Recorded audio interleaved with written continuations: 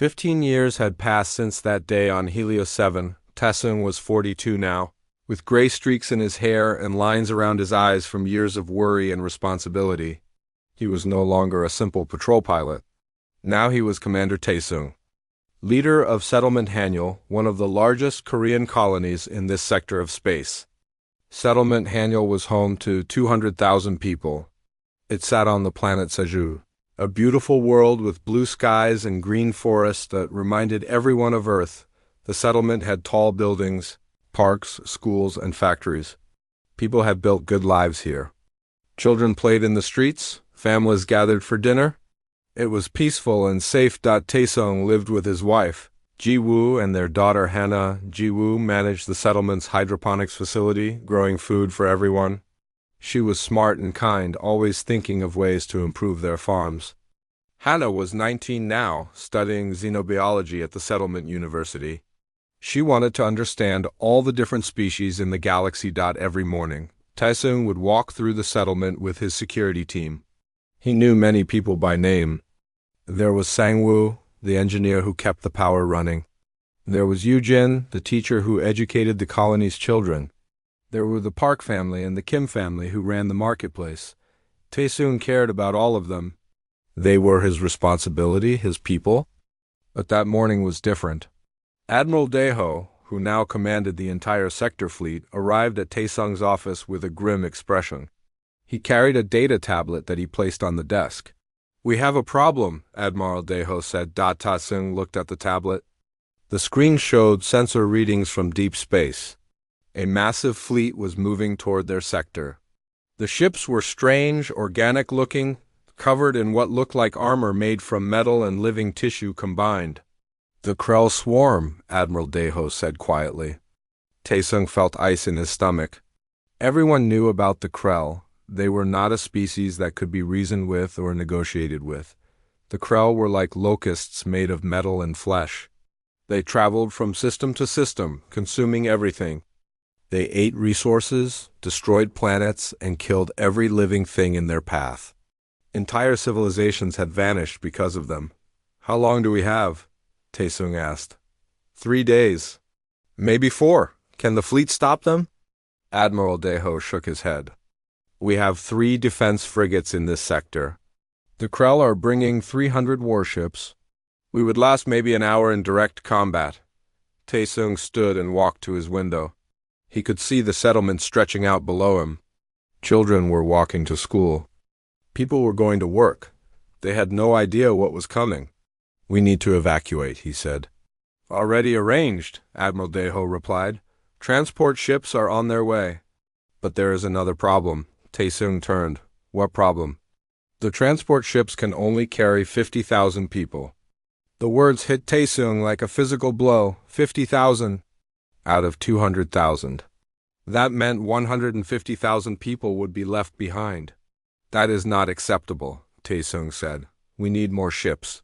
"There are no more ships. Every transport in the sector is already coming here.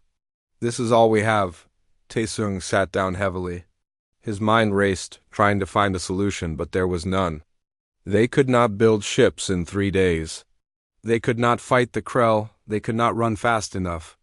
"We will have to choose," Admiral Daeho said softly. "A lottery, random selection. It is the only fair way." Fair, the word felt like poison. How was it fair that some families would live while others died? How was it fair that children might be separated from parents? How was it fair that people who had worked hard and built lives here would be abandoned? But there was no other choice. Taesung agreed to the lottery. The announcement went out that afternoon. Taesung stood in the main square and told everyone the truth. The Krell were coming. Transport ships would arrive in 2 days. Only 50,000 people could leave. A lottery would determine who got seats on the ships. The square was silent at first. Then people started crying. Some screamed, some begged. Taesung stood there and took it all, every angry word, every plea, every curse. He deserved it. The lottery was held that night using the settlement's computer system. Every citizen's name went into the database. The computer randomly selected 50,000. Families were kept together when possible, but not always. Some children would go without parents. Some elderly people won seats while young families lost. Sang-woo, the engineer, came to Taesung's office with tears on his face. He had won a seat, but his wife had not. "I cannot go without her," he said. "Then give your seat to someone else," Taesung replied, his voice hollow. "The choice is yours." Yujin, the teacher, also came. She had lost the lottery. "Take care of the children who leave," she said calmly, "and tell them to remember us. Tell them what happened here." The Park family won seats. The Kim family did not. The marketplace. Closed as neighbors who had been friends for years now faced very different fates. Taesung's own family had won seats. All three of them, himself, Ji-woo, and Hana, but the victory felt like ash in his mouth. How could he celebrate when so many would die? Hana spent the next day in their home, going through her father's old files. She was trying to distract herself from the horror outside. That was when she found the mission logs from 15 years ago. The logs about the day her father's ship had engine trouble, and he came back early. But as Hannah read the logs more carefully, she noticed something strange. The location data showed her father had been near Helios 7. There was nothing there. Why would he go there? And the medical supplies were all used, but the log said nobody was injured. She brought the tablet to her father that evening. "What really happened on Helios 7? She asked. Taesung looked at the tablet, then at his daughter. He had kept the secret for 15 years. But now, with the end coming, what did it matter? He told her everything, about the dragon, about the wounds he had healed, about the mark the dragon had placed on his hand, about the images he had seen. Hannah listened with wide eyes. "Dragons are real?" she whispered. "At least one was," Taesung said. "Probably dead by now." Ji-woo came into the room then. She had been listening from the doorway. "You never told me," she said softly. "I'm sorry, I broke protocol. I could have been imprisoned." Ji-woo sat beside him and took his hand. "You saved a life. That is who you are." Outside, the settlement was in chaos. People were packing what they could carry. Others were saying goodbye to homes they would never see again. Some were angry, breaking windows and starting fights. Others were quiet, accepting their fate with dignity. The transport ships arrived on schedule. Massive cargo vessels converted to carry refugees. 50,000 people lined up at the spaceport. The other 150,000 watched from behind barriers, their faces showing every emotion: rage, despair, acceptance, fear. Taesung stood at the spaceport, checking names against the list. Sang-woo was there with his wife. He had found someone willing to trade seats. Many others had done the same, choosing love over survival. Taesung respected them for it, even as his heart broke. As the ships began to load, alarms started blaring across the settlement. The defense frigates in orbit sent an urgent message. The Krell fleet had arrived early. They were coming out of faster-than-light travel at the edge of the system. Admiral Daeho appeared on every screen in the settlement. "We have 6 hours. The frigates will try to slow them down, but they will not hold long. All transport ships must launch immediately. 6 hours. The loading process was supposed to take 8. Panic spread through the crowds. People pushed forward, trying to force their way onto ships. Security guards struggled to maintain order. Taesung grabbed a megaphone. "Everyone stay calm. We will get as many people on as possible, but we must be organized." But nobody was listening anymore. The crowd surged forward. Taesung was pushed aside, nearly trampled. Ji-woo and Hana grabbed him and pulled him to safety. In orbit, the 3 defense frigates moved to intercept the Krell fleet. They were tiny compared to the mass of organic warships approaching. The frigates fired their weapons, destroying a few Krell ships, but there were too many. The Krell surrounded the frigates like insects covering prey. One by one, the frigates went silent. The Krell fleet entered the planet's atmosphere. Their ships looked like flying nightmares, all twisted metal and pulsing tissue. Tentacles and weapons extended from their hulls. They began their descent toward Settlement Haniel. On the ground, transport ships were launching half full, trying to escape before the Krell arrived. Taesung watched them go, knowing his family should be on one of them. but he had stayed behind to help coordinate the evacuation. Now it was too late. He stood with Jiwoo and Hannah, holding them close. Around them, 150,000 people waited for death. Some prayed, some cried. Some just stood silently, watching the sky. The Krell ships were closer now, blocking out the sun. Their shadows fell over the settlement like a dark promise. Taesung checked his scanner for the third time that hour. The small screen showed nothing but empty space and distant stars. His patrol ship hummed quietly as it moved through the darkness near the border colonies. This was his job every week: fly around, check for problems, and report back to command. It was boring work, but someone had to do it. He had been a pilot for 8 years now. The pay was decent, and it let him send money back home to his family on Earth. His mother still lived in the old apartment in Seoul, and she always worried about him flying alone in space. But Taesung liked the quiet. Out here, away from the crowded stations and busy planets, he could think. The scanner beeped suddenly. Taesung sat up straight in his seat. A heat signature appeared on the screen, coming from the small moon called Helios 7. That was strange. Nobody lived on that moon. It was just rock and dust, with no atmosphere and no resources worth mining. The heat reading was massive, much bigger than any ship he knew. He should report it to command. That was the rule. But something made him curious.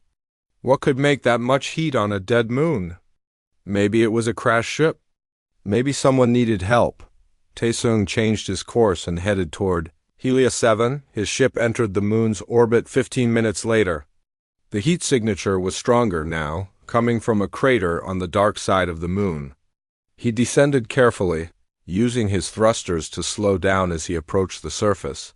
When he landed and looked through his window, Taesung froze.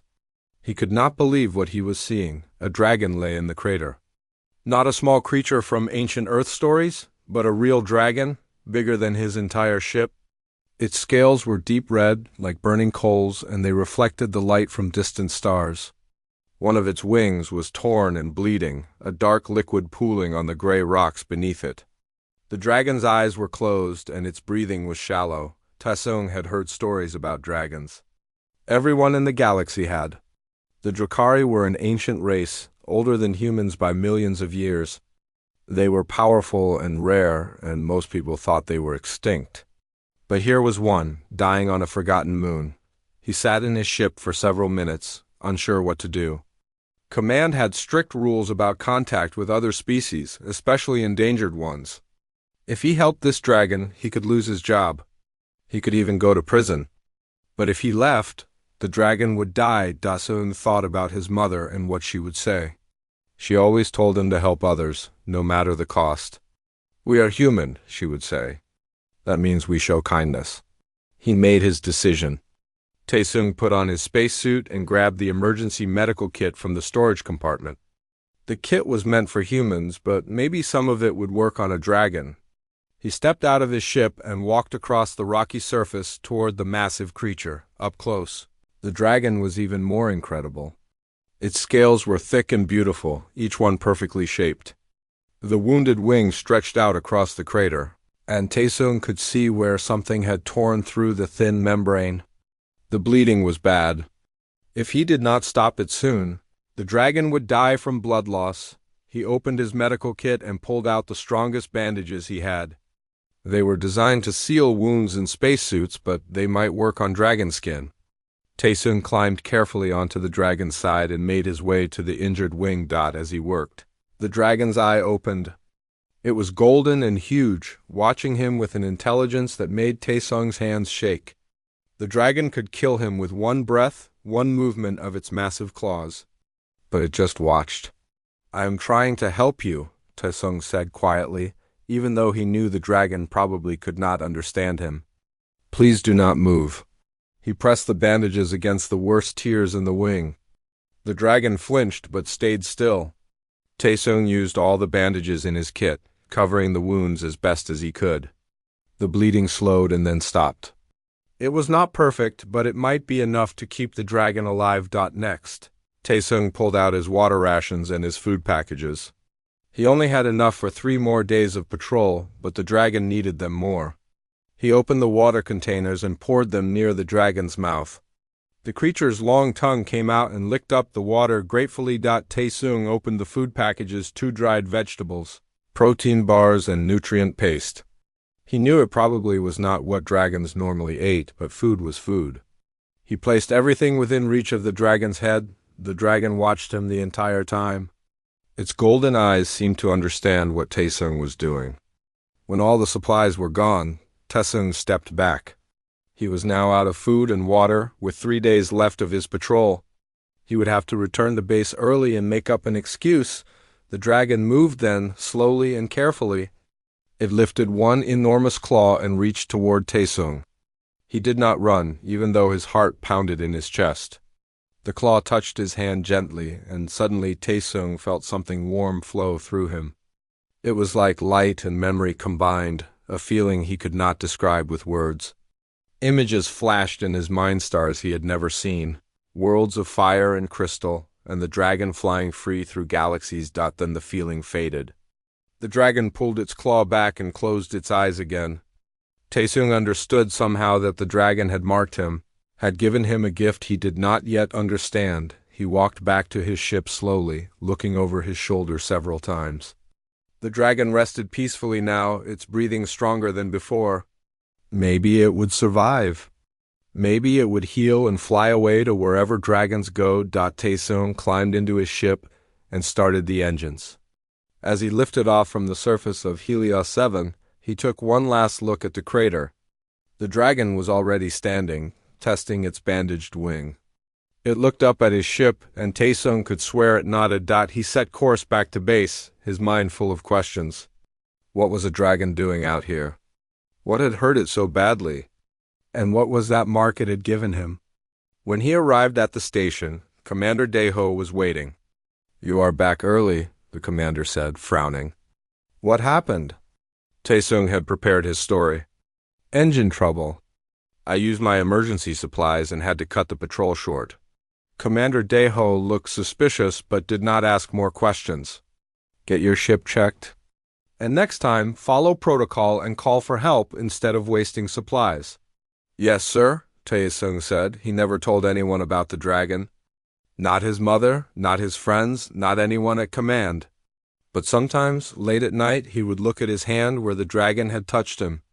There was no mark he could see, but he felt something there, warm and patient, waiting.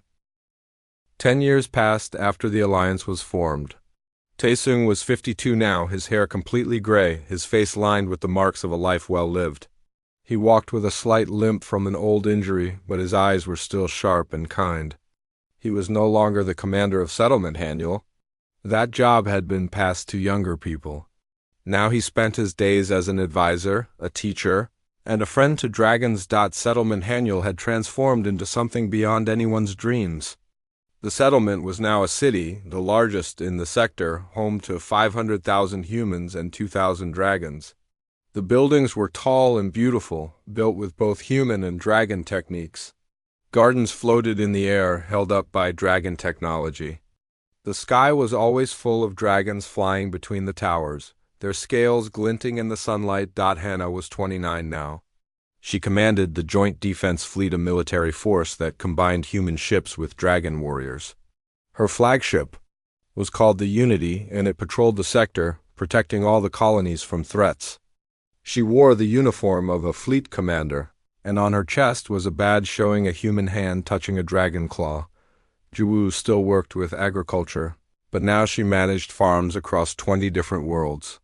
The techniques she had learned from dragons had revolutionized food production. Hunger was almost eliminated in human space. She was respected across the galaxy as one of the greatest agricultural scientists alive.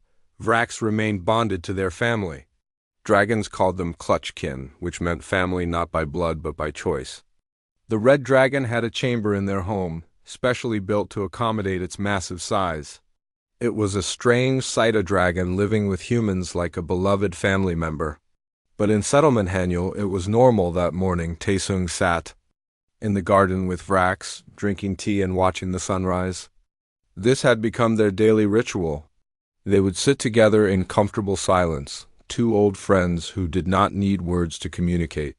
"I am dying," Vrax said. Suddenly Taesong's hand froze, the teacup halfway to his mouth. What? Not soon. Perhaps 50 or 60 of your years. But I am old, even for a dragon. I have lived for 80,000 years. My time approaches its end. I will be long dead before then, Taesong said quietly. Yes, humans burn bright and fast like shooting stars. Dragons endure like mountains, but even mountains erode. Vrax turned its golden eyes to Taesong. That is why I must tell you now thank you. You gave me not just life, but purpose. Before I met you, I was alone, the last of my kind, ready to die forgotten on a barren moon. You showed me that life still held meaning. You brought my people home. Taesong felt tears on his cheeks. I just bandaged your wing. You did so much more. You showed compassion when it made no sense to do so. That single act changed the course of 2 species. Do you understand how rare that is? How precious? They sat in silence for a long time, watching the sun rise over a city where dragons and humans lived together in peace. The changes in settlement Haniel had spread across all of human space. There were now 150 colonies with dragon guardians. Young pilots like Minho trained at the Integrated Academy, learning to fly alongside dragons. Human children and dragon younglings attended school together, taught by people like Sujin, who specialized in cross-species education. The academy was a beautiful place, built into a mountain with classrooms that opened to the sky. Students learned human science and dragon magic. Yes, what dragons did was so advanced it seemed like magic. They learned about history, both human and dragon. They learned that different species could work together if they tried. Minho was one of the best students. He was 18, sharp-minded, and quick to learn. He wanted to be like Commander Hana, protecting the colonies from danger. He trained every day with his dragon partner, a young dragon named Narration, who was only 500 years old, practically a baby by dragon standards. Do you think we will face another threat like the Krell? Minho asked Narration during a training flight. Perhaps. The galaxy is large and full of dangers. But now humans do not face those dangers alone. We stand together. That was the key to everything together. Humans had learned that they did not have to face the universe by themselves. And dragons had learned that even though they were powerful, they were better when they had friends. The memorial garden stood in the center of the city. It honored those who had died during the Krell attack, the 3 defense frigates and their crews, the few civilians who had not made it to shelter in time. Human names and dragon names were carved into black stone together. The garden was tended by Yunha, an elderly woman who had lost her son in the battle. She cared for the flowers and trees, making sure the garden was always beautiful. Dragons visited the garden often.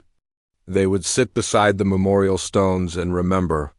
They were learning about death and loss, concepts they had forgotten during their long isolation. Humans were teaching them to grieve, to remember, to honor the fallen. Jiwoo's agricultural innovations had spread beyond human space. Other species in the galaxy wanted to learn her methods. She traveled to different worlds, teaching aliens how to grow food more efficiently. She always brought a dragon with her, usually Sylvic, the silver dragon who had become her close friend. Your species has a gift, an alien leader told Jiwoo during one visit. You share freely. You teach without demanding payment. Why?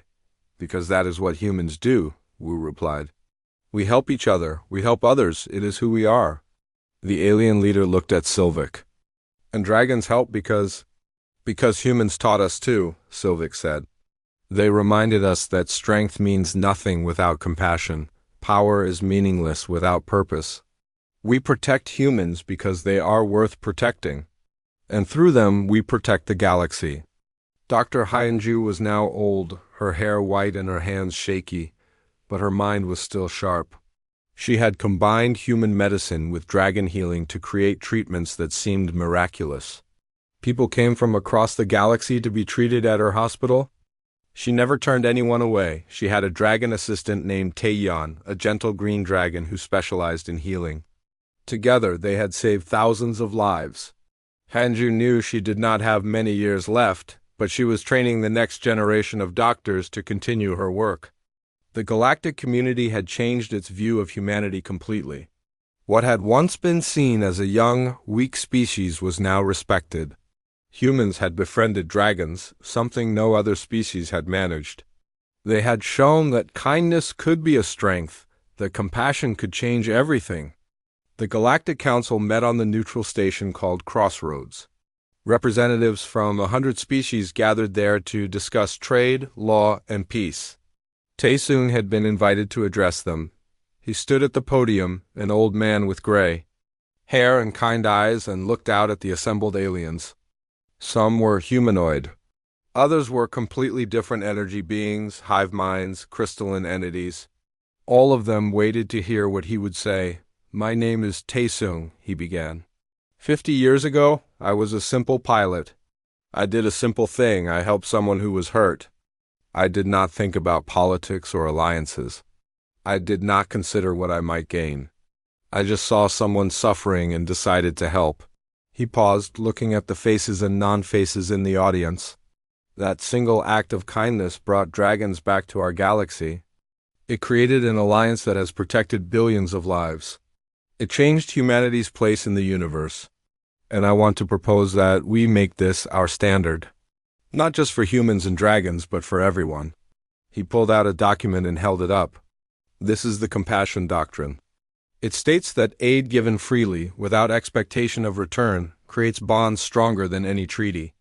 It proposes that all species in the Galactic Council commit to helping others when they can, not because it benefits them, but because it is right.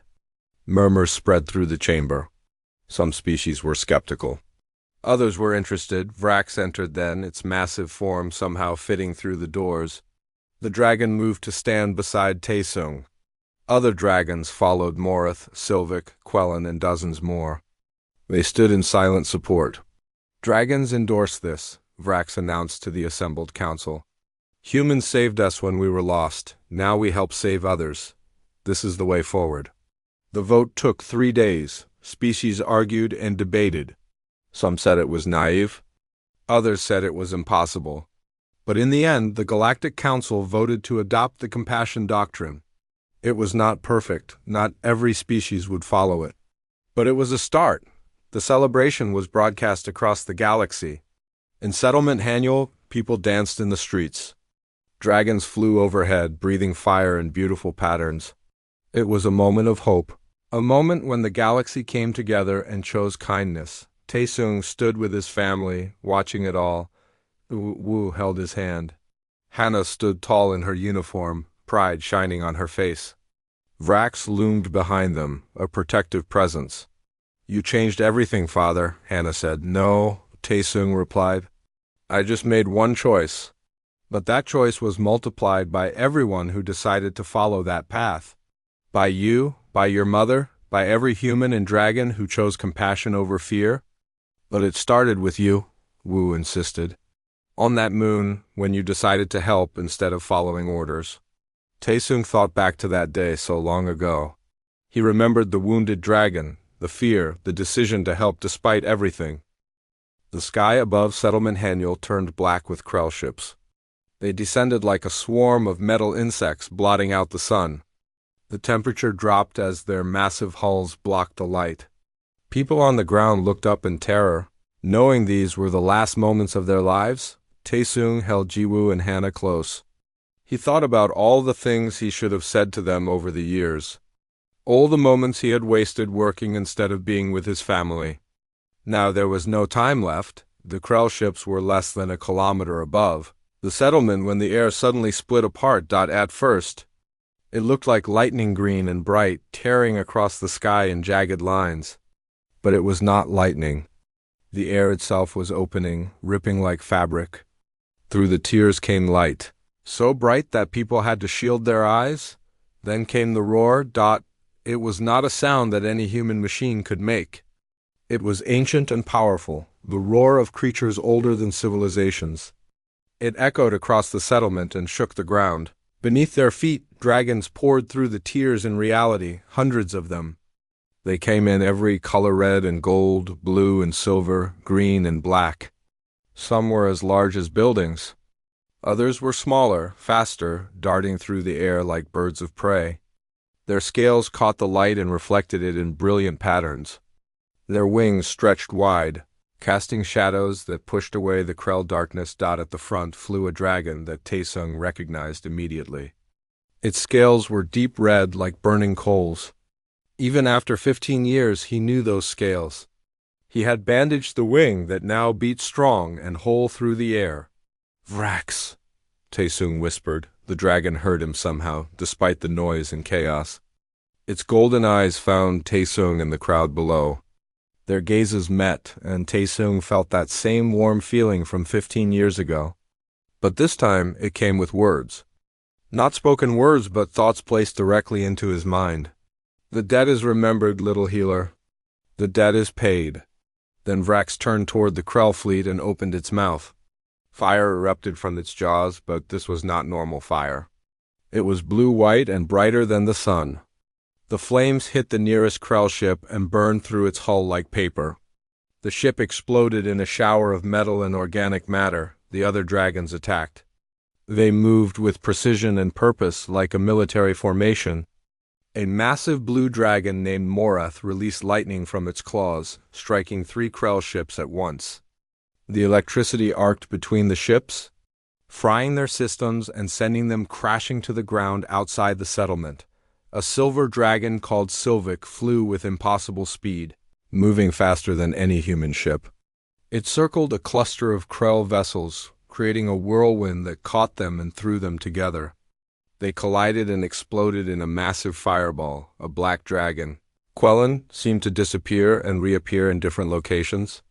It would vanish in one spot and instantly appear beside a Krell ship, tearing through the hull with claws that glowed with strange energy. Then it would vanish again before the Krell could fire back. The people of Settlement Haniel stood frozen, watching the battle above them. They had expected to die. They had made peace with it.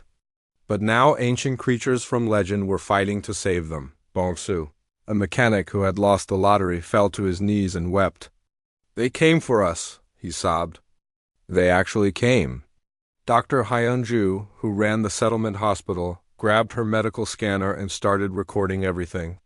Her scientific mind was in shock, but her training took over. This was history happening above them. It needed to be documented. The Krell fleet tried to adapt. They were a hive mind, able to coordinate perfectly. They focused their fire on individual dragons, hundreds of weapons targeting single creatures. But the dragons were not easy to kill.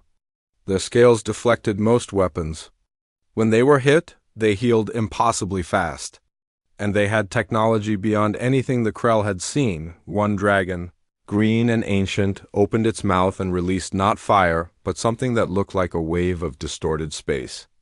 The wave washed over a dozen Krell ships, and they simply stopped existing. They did not explode. They did not crash. They were just gone, erased from reality. The battle raged for 6 hours. The sky was full of fire and lightning, explosions, and dragon roars. Pieces of Krell ships rained down constantly, but the dragons used their power to deflect the debris away from the settlement. Not a single piece of metal fell on the buildings or people below. Hannah watched her father during the battle. She saw the tears running down his face, saw the way he touched his hand where the dragon had marked him all those years ago. "You did this," she said to him. "Your kindness brought them here."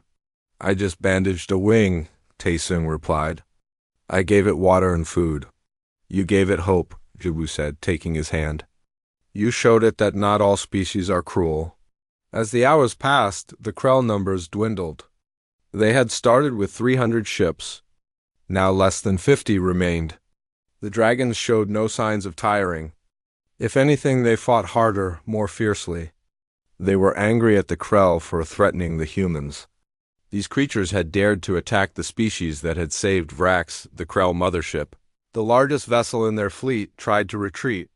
It turned away from the planet and began building power for a faster-than-light jump.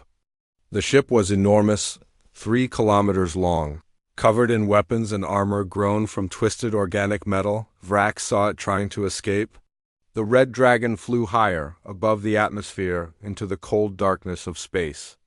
The mothership fired everything it had at Vrax: missiles, energy beams, plasma cannons. The weapon struck the dragon, burning its scales, tearing through wing membranes, but Vrax did not stop. It flew straight at the mothership, mouth opening wider and wider. Light built inside its throat, not blue-white this time, but pure gold. It was cosmic fire, the ancient power of dragon stars. Energy from the birth of galaxies. Vrax released the fire. The beam struck the Krell mothership in its center. For a moment, nothing happened. Then the entire ship began to glow.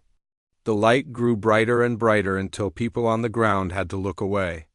When they looked back, the mothership was gone. Not destroyed, simply gone. All that remained was a cloud of glowing particles that slowly faded into the darkness. The remaining Krell ship stopped fighting. Their coordination broke. Without the mothership's guiding intelligence, they were just separate vessels, confused and lost. The dragons made quick work of them, destroying each one with precise strikes. Then the battle was over. Silence fell across Settlement Haniel for the first time in 6 hours. The only sound was the wind and the distant crackle of fires burning in the wreckage fields. Outside the settlement, the dragons began to descend. They landed in the fields and parks around the settlement, their massive forms settling onto the ground with surprising gentleness. Their scales were scorched and scarred from the battle, but they were alive. They had won. Vrax landed directly in front of Taesung. The dragon was even larger than Taesung remembered, and its presence was overwhelming. But when Vrax lowered its head in a bow, Taesung understood this was not a gesture of submission. It was a gesture of respect between equals. People emerged from shelters and buildings. They approached the dragons slowly, fearfully at first, but the dragons were gentle with them. They allowed children to touch their scales. They lowered their heads so people could look into their ancient eyes. Sangwoo, the engineer, approached a blue dragon cautiously. "Thank you," he said simply. The dragon rumbled deep in its chest, a sound that somehow felt like acceptance and acknowledgement. Yujin, the teacher, stood before a silver dragon and cried, "You saved us. You saved the children." All across the settlement, people were thanking dragons. Some were praying to them. Others were simply standing in awe, unable to process what had happened. Admiral Daeho's ship entered the atmosphere. He had stayed back with the evacuation transports, ready to escort them to safety. Now he returned to find dragons surrounding the settlement and not a single Krell ship left in the sky. His voice came over the communication channels, confused and amazed. "Commander Taesung, what happened here?" Taesung looked at Vrax, then up at the Admiral's ship. "We were saved," he said. "The dragons came?" Vrax spoke into his mind again. "We have watched your species for many cycles, little healer. You are young and sometimes foolish, but you have something rare in this galaxy. You have compassion even for those who cannot help you in return. When you saved me, you expected nothing. You knew I might kill you, but you helped anyway. That is why we came. That is why we will stay." "Stay?" Taesung said aloud. "The Drakari were lost, scattered across dimensions and time. But your act of kindness reminded us who we once were. You brought us home. Now we will help protect your people. The debt is more than paid, it is transformed into friendship." Around the settlement, other dragons were making similar declarations to the people they had saved. The message was clear. The dragons were not just leaving after the battle, they were staying. Humanity had gained allies beyond anything they had imagined. Hana approached Vrax carefully. The dragon looked down at her with those golden eyes.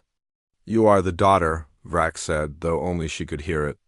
"You have your father's kindness in your eyes." "Thank you for saving us," Hannah whispered. "Thank your father," Vrax replied. "He saved me first." The sun was setting now, casting red and gold light across the morning after the battle. Taesung woke early. He had barely slept. Every time he closed his eyes, he saw Krell ships falling from the sky and dragons breathing fire. The images were burned into his mind. He walked outside to find Vrax waiting near his home. The dragon had not left. It sat in the settlement park, its massive form taking up most of the open space. Children were already gathering around it, their fear from yesterday replaced by curiosity.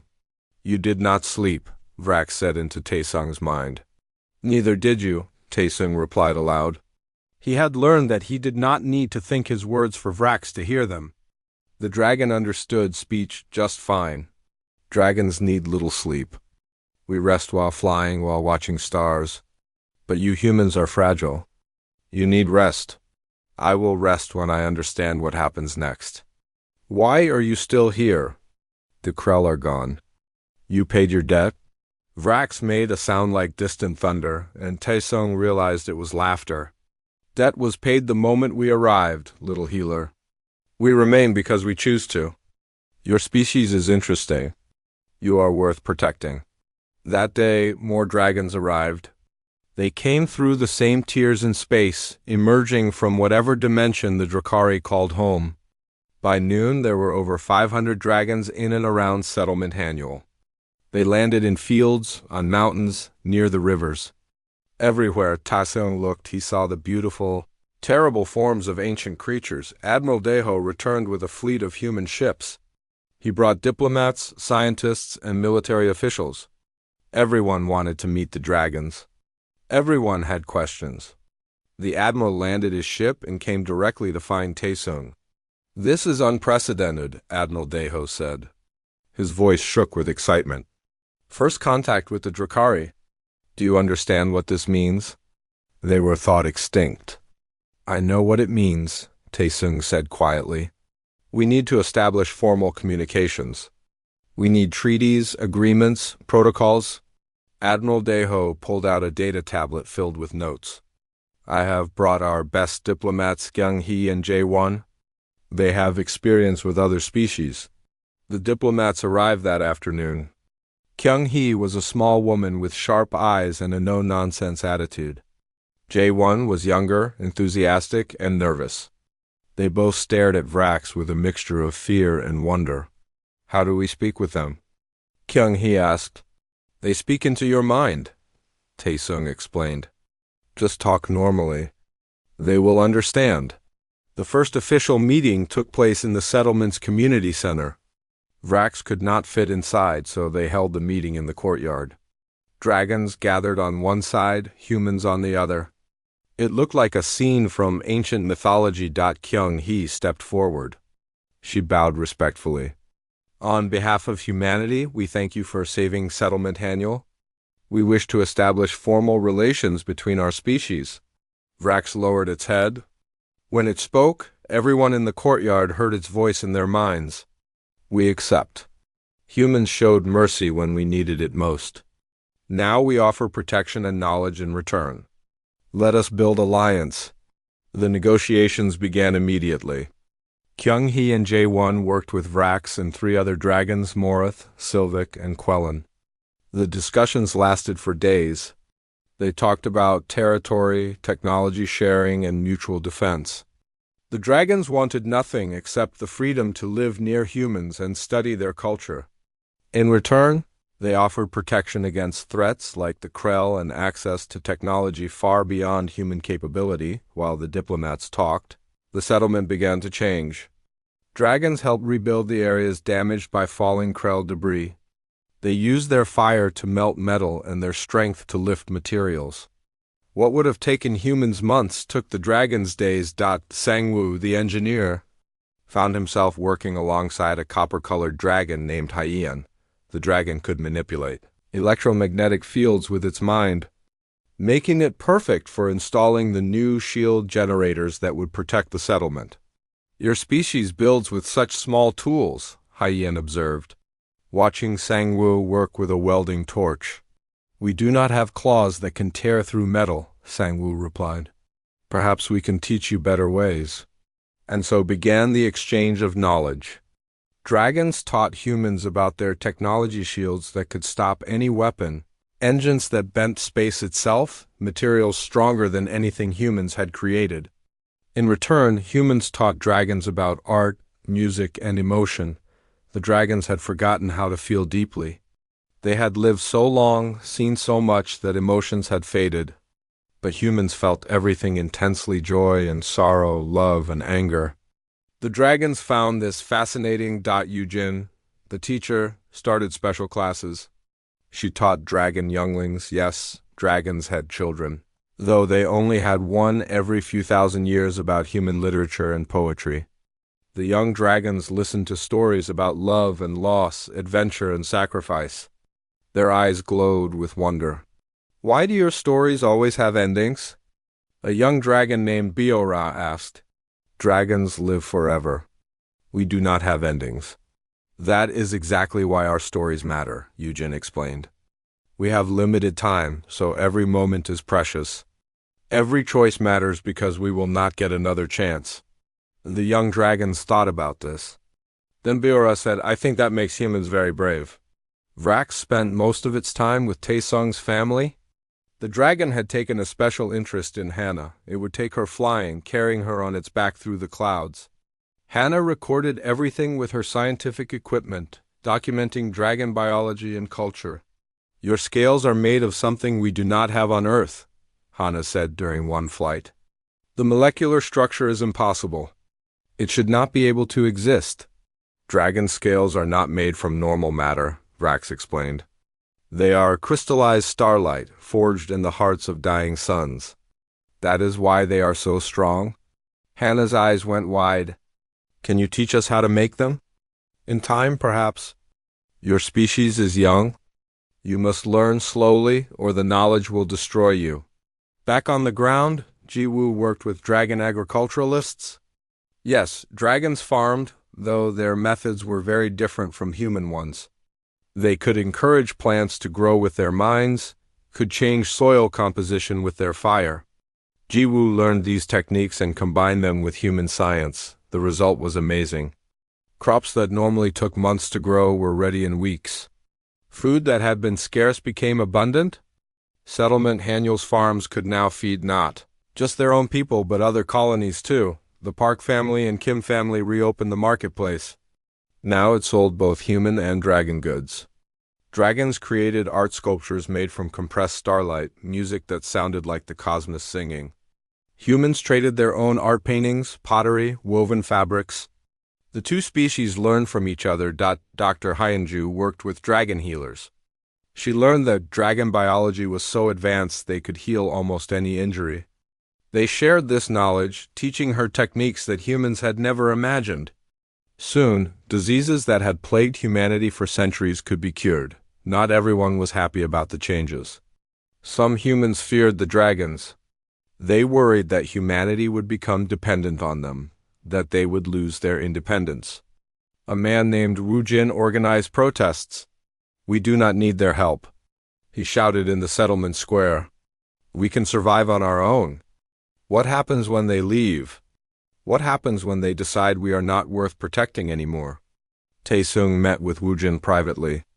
"I understand your concerns," he said. "But the dragons are not our masters. They are our friends. We help each other." "You saved one dragon 15 years ago," Wu Jin said bitterly. "Now you think you can trust all of them? How do you know they will not betray us?" "I do not know," Taesung admitted. "But I choose to believe in kindness. I choose to trust that good actions lead to good results. If I am wrong, then we will deal with that. But I will not reject friendship because of fear." Wu Jin eventually came around. It was hard to maintain fear when dragons helped rebuild your home, when they played with your children, when they cried at human funerals. Yes, dragons cried. They were learning emotions again, and tears were part of that. 6 months after the battle, the formal alliance was signed. Kyung-hee and Jae-won had worked tirelessly to create a treaty that satisfied both species.